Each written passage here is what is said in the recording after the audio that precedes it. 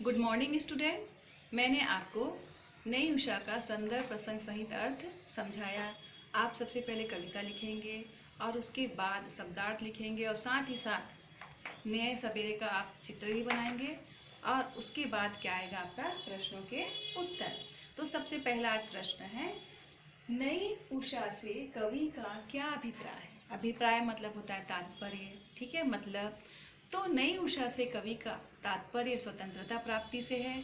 जिस प्रकार अंधेरी रात के बाद प्रातः काल का आगमन होता है, रात्रि के बाद किसका आगमन होता है, प्रातः काल का, उसी प्रकार लंबे समय के बाद हमारे देश को गुलामी से क्या मिली, मुक्ति मिली।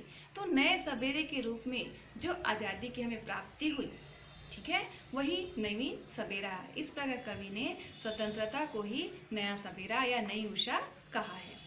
ठीक, अब आपका सेकंड क्वेश्चन है, सभी मनुष्यों में किन किन गुणों का विकास होना चाहिए। सभी मनुष्यों में किन किन गुणों का होना आवश्यक है।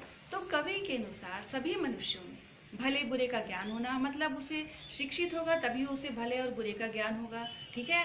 सत्य, प्रेम, त्याग, मित्रता की भावना, सहानुभूति जो की भावना है, उस सब का क्या होना चाहिए, विकास होना चाहिए। तो क्या कहेंगे हम, सभी मनुष्यों में, ठीक है, भले बुरे का ज्ञान, मित्रता, सत्य, प्रेम, त्याग की भावना का विकास होना चाहिए।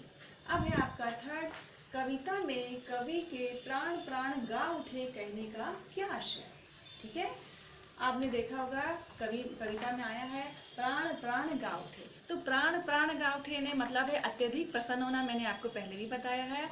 तो कविता में कवि के प्राण प्राण गा उठे का आशय है कि हमें आपसी मतभेदों को भूलकर, ठीक है, अच्छे कार्य करने चाहिए, मेहनत करना चाहिए और ज्ञान का प्रकाश फैलाकर, ज्ञान का प्रकाश फैलाकर मतलब सभी हमारे भारत देश के सभी व्यक्तियों को क्या करना है, उनको साक्षर करना है, शिक्षित करना है।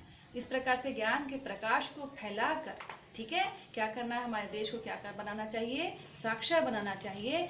और जिससे अब आप जानते हो यदि पढ़ा लिखा समाज रहेगा, साक्षर समाज रहेगा, तो उस समाज का विकास संभव ही है, ठीक है।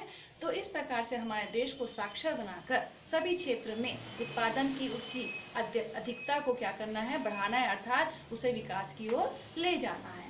कोई और जैसे कोई किसी पर क्या ना हो, आश्रित ना हो। जब व्यक्ति स्वावलंबी रहता है ना, किसी के ऊपर आश्रित नहीं होता है, तभी अधिक प्रसन्नचित्त होता है। तो इस प्रकार से सभी व्यक्ति साक्षर हो, ठीक है, कोई किसी पर आश्रित ना हो और हमारे देश में क्या हो जाए, खुशियों का प्रचार प्रसार हो और सभी प्रसन्नता के गीत गाएं। इस प्रकार से यहाँ पे कवि ने कहा है कि प्राण प्राण गा उठे, मतलब हमारे भारत देश का प्रत्येक व्यक्ति खुशी पूर्वक या खुशी से अपना जीवन व्यतीत करे, खुद स्वयं पर आश्रित रहे, किसी पर आश्रित ना रहे।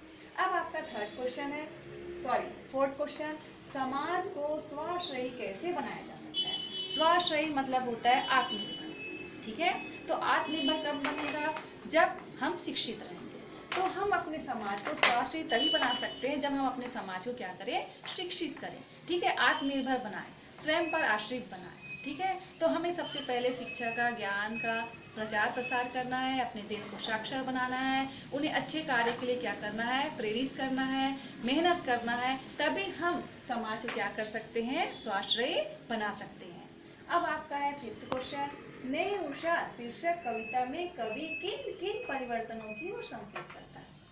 परिवर्तन मतलब वो क्या क्या परिवर्तन चाहता है। जब हमारा भारत देश आज़ाद हुआ है तो वो क्या क्या परिवर्तन चाहता है, किससे, नवयुवकों से।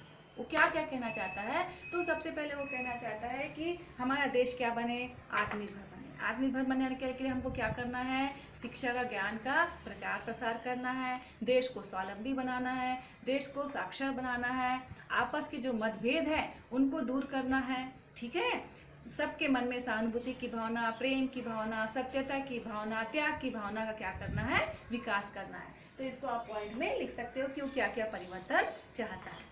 ओके।